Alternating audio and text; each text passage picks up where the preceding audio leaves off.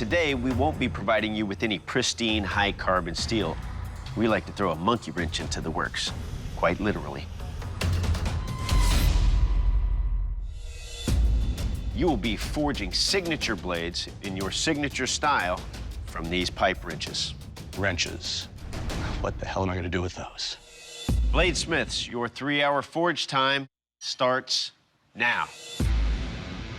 Monkey wrenches, pipe wrenches, whatever you want to call it, there's a lot of steel there to work with. I guess our guys are going to be monkeying around for a while, huh? Here we go. Here we go. I have no idea what the steel is. I'm assuming the jaws are the best, but I'm going to do a spark test. You get a complex burst of sparks coming out of them, then it's a high-carbon steel.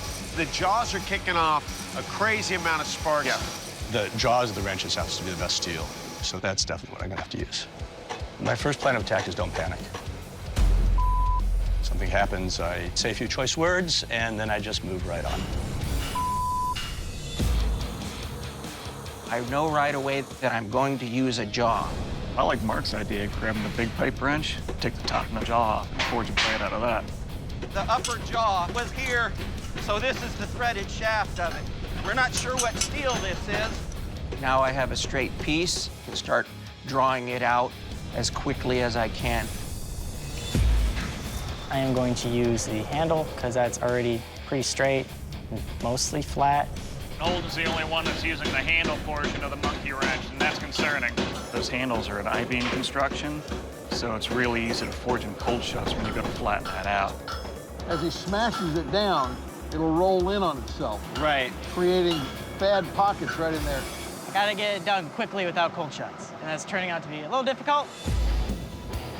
When I work with a mystery metal that I don't know what its heat treatment schedule is like, you have to experiment a little bit. Looking at the broken end of this, and I'm looking for how big the structure inside is.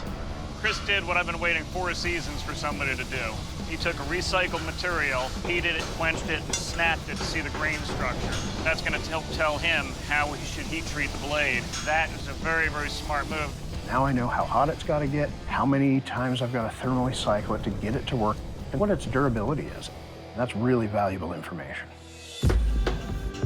I'm not doing so well.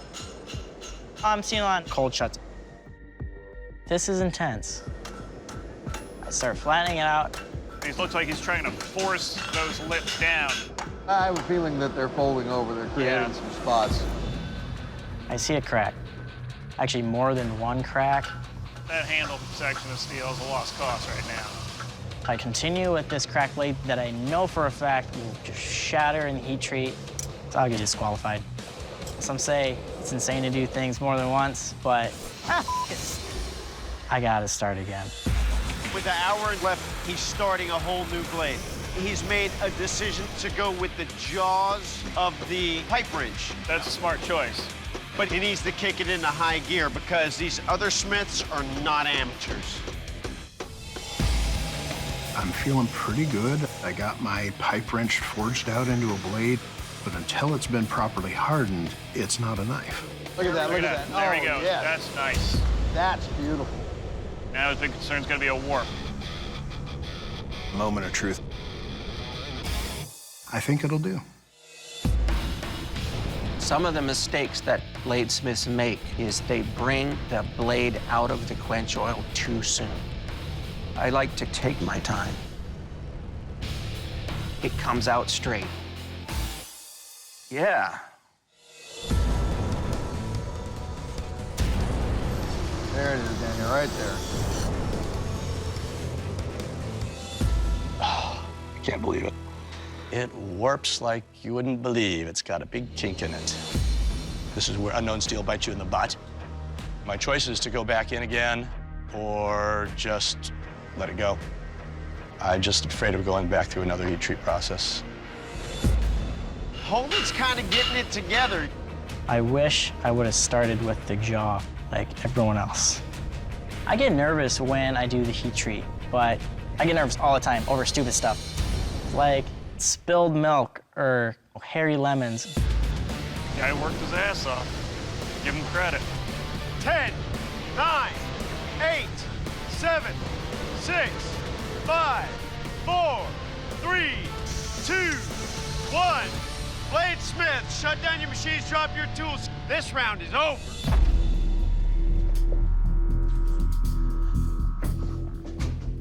That was interesting.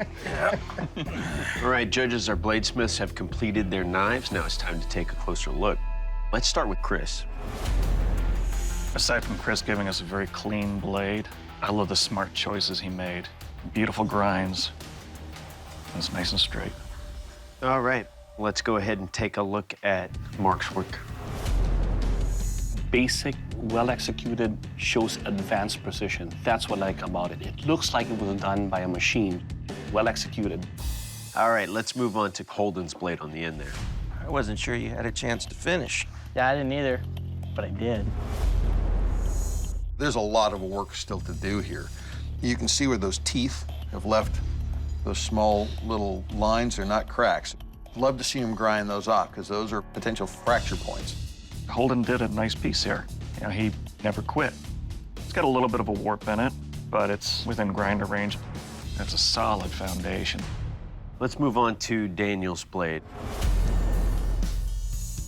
I liked what Daniel was doing. I liked watching him forge this blade out. It's got a great profile. But then you turn the blade this way, and you got not one warp, but you got two.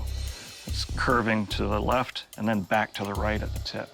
We got an S here. It's like an eel going through the water.